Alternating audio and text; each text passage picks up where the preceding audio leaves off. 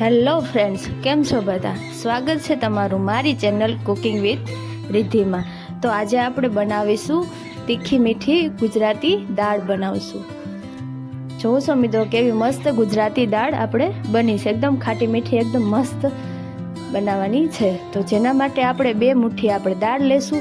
તુવેરની દાળ લેવાની છે અને 3 થી 4 મરચાં લેશું સુધારી લે, અને લસણ ને થોડુંક એવું આદુનો કટકો લેશું, અને 1 મોટું ટમેટું લેશું.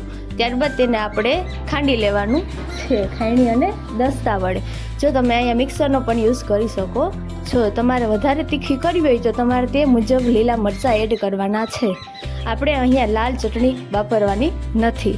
અને જો તમારે દાળ વધારે લોકો માટે બનાવવાની હોય તો તમારે તે મુજબ દાળ લેવાની તુવેરની. મેં અહીંયા 2 મુઠ્ઠી જેટલી દાળ લીધી છે.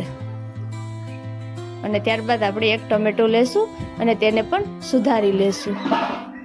આ મુજબ નાની સાઈઝમાં સુધારવાનું ટમેટાને પણ. આપણે જે દાળને બાફવા ટાઈમ આ બધું નાખવાનું છે, અને તેને વઘાર કરવા ટાઈમ કંઈ બકાલું એવું નાખવાનું નથી. ફક્ત ને ફક્ત તેમાં સૂકા મસાલા નાખીને આપણે વઘાર કરવાનો છે, તેવું આગળ કહીશ. એટલે વિડીયો પૂરો જોજો અને મારી ચેનલ લાઈક, શેર અને સબસ્ક્રાઈબ જરૂર કરજો. જો વધારે હોય, તમારે વધારે લોકો માટે બનાવવાનું હોય તો દાળી મુજબ લેવાની, ને આપણે જે ટમેટું ને મરચું ને એ મુજબ નાખવાની. હવે જે આપણે દાળ હતી તેને 2 થી 3 પાણીએ ધોઈ લેશું, એટલે જે તેમાં ગંદકી હોય બધી એ નીકળી જાય. આ મુજબ તેને ધોઈ લેશું. હવે આપણે 1 કુકર લેશું અને તેમાં 3.5 ગ્લાસ જેટલું પાણી એડ કરીશું. આ મુજબ. ત્યારબાદ આ મુજબ કુકરમાં પાણી લઈ અને આપણે તેમાં મસાલા એડ કરવાના છે, જેમાં આપણે સ્વાદ અનુસાર નમક લેશું. આ મુજબ નમક એડ કરી દઈશું. જેટલી દાળ હોય એ મુજબ આપણે નમક એડ કરવાનું છે. અને ત્યારબાદ તેમાં આપણે ધાણા જીરુંનો પાવડર અને કલર આવે દાળમાં મસ્ત, એટલા માટે આપણે હળદર એડ કરીશું. 1 નાની ચમચી હળદર એડ કરી દેવાની, અને 1 થી 1.5 ચમચી આપણે ધાણા જીરુંનો પાવડર એડ કરવાનો છે. અહીંયા બીજા કોઈ મસાલા આપણે એડ કરવાના નથી.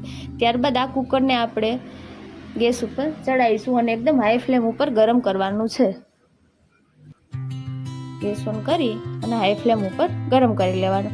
આ પાણી થોડું થોડું ઉકળવા માંડે, ત્યારબાદ તેમાં આપણે જે ધોયેલી દાળ હતી એ અને જે ટમેટા અને મરચાં નહોતું એ બધું આપણે એડ કરવાનું છે. આ મુજબ.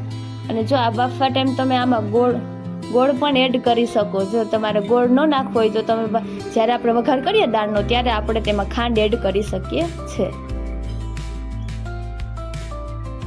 આ મુજબ જે મરચાંની, આદુની, લસણની પેસ્ટ હતી તે એડ કરી દેવાની, અને ત્યારબાદ 1 ટમેટું હતું એ એડ કરી દેવાનું, અને તેમાં પછી દાળ એડ કરી દેવાની.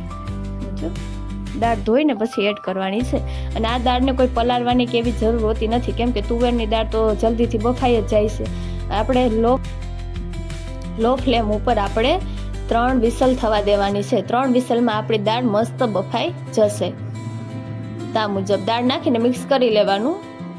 જે પાણી ને હોય ને મસાલા ને બધું એડ થઈ જાય, અને આપણે કુકર બંધ કરી દઈશું.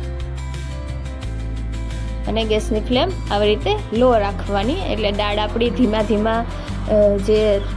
ધીમા ફ્લેમ ઉપર મસ્ત પાકી જાય.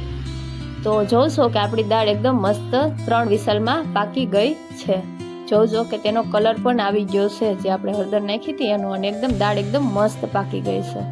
આવી રીતે દાળ બાફી લેવાની. જો તમારે આ દાણાદાર છે દાળ, તો તમારે એકદમ ક્રશ કરવી હોય તો તમે આમાં તેમાં બ્લેન્ડરનો કંઈ યુઝ કરીને તમે એ મુજબ તેને વધારે ઓલી કરી નાખો, એકદમ પીસી નાખો, તો જેનાથી જે દાળ હોય એ ના દેખાય. હવે આપણે 1 મોટી કડાઈ લેશું અને તેમાં આપણે તેના મસાલા, સૂકા મસાલા, લવિંગ, તજ, મરી અને બાજી આપણે લેવાના છે. અને જે આપણે મીઠો લીમડો હોય એ લેવાનો છે, અને રાઈ લેવાની છે વઘાર માટે. વઘાર માટે ફક્ત આપણે એટલું જ લેવાનું છે. હવે આપણે કડાઈમાં જેટલી આપણી દાળ હોય એ મુજબ આપણે તેલ નાખીશું. પહેલાં આપણે કડાઈને ગરમ કરવા રાખીશું, અને મેં અહીંયા 3.5 થી 3.5 ચમચી જેટલું તેલ એડ કર્યું છે. જો તમારે વધારે દાળ હોય તો તમારે એ મુજબ 4-4.5 ચમચી તેલ એડ કરવાનું રહેશે. તો મેં અહીંયા 3 ચમચી તેલ એડ કર્યું છે. જો તમે દાળ આપણી બાફવા ટાઈમ તમારે જો ખાટા, હું અહીંયા ખાટા સ્વાદ માંડે લીંબુ નાખીશ. જો તમારે આંબલી હોય તેનું આપણે જે પલાળીને આપણે પાણી હોય એ નાખવું હોય તો પણ તમે નાખી શકો.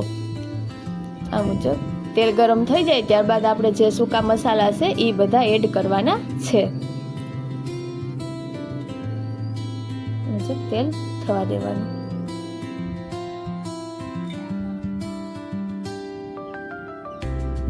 તો હવે આપણું તેલ ગરમ થઈ ગયું છે. હવે આપણે તેમાં બધા સૂકા મસાલા એડ કરી દઈશું. જો તમે આમાં સૂકા મરચાં હોય તે પણ આપણે 1-2 નાખી શકો, તેનાથી મસ્ત સ્વાદ આવે દાળનો. મેં અહીંયા એડ કર્યા નથી. મસાલા એકદમ ગરમ થઈ જાય અને મસાલાની સુગંધ આવવા મળે ત્યારબાદ આપણે તેમાં રાઈ નાખવાની છે. હવે તેમાં થોડીક એવી રાઈ નાખી દઈશું.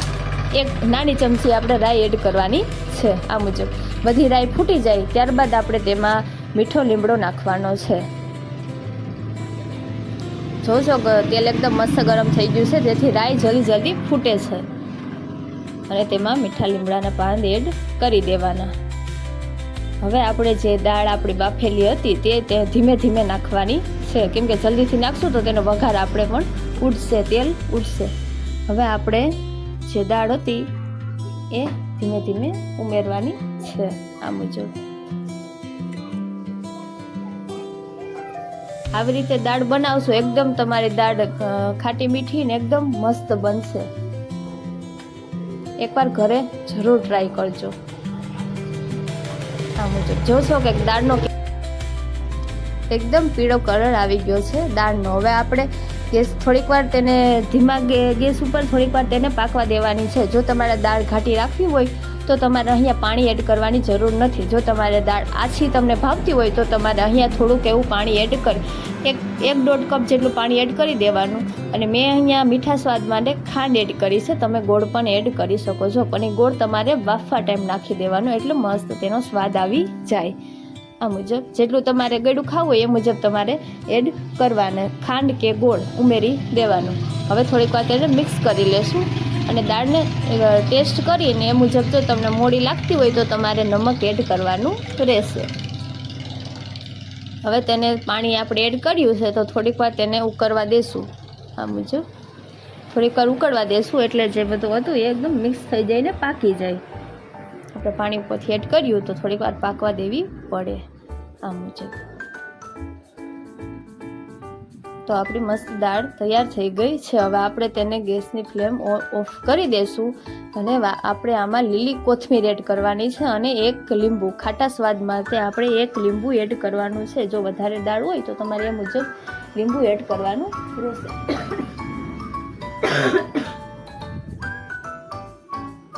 જોશો કે કેવો મસ્ત દાળનો કલર આવ્યો છે ને એકદમ મસ્ત દાળ બની છે. હવે આપણે એમાં લીલી કોથમીર એડ કરી દેવાની છે. આ મુજબ અને ત્યારબાદ તેને મિક્સ કરી લેશું. મસ્ત બાસમતી રાઈસ સાથે તેને સર્વ કરજો, એકદમ મસ્ત ટેસ્ટ આવશે. જે રાઈસ લવર છે તેને આ ચોક્કસ ભાવશે, કેમ કે હું ખુદ રાઈસ લવર છું. મને ચોખા જોઈએ જ ખાવામાં, બહુ એકદમ મજા આવે ચોખા હોય ને ખાવામાં.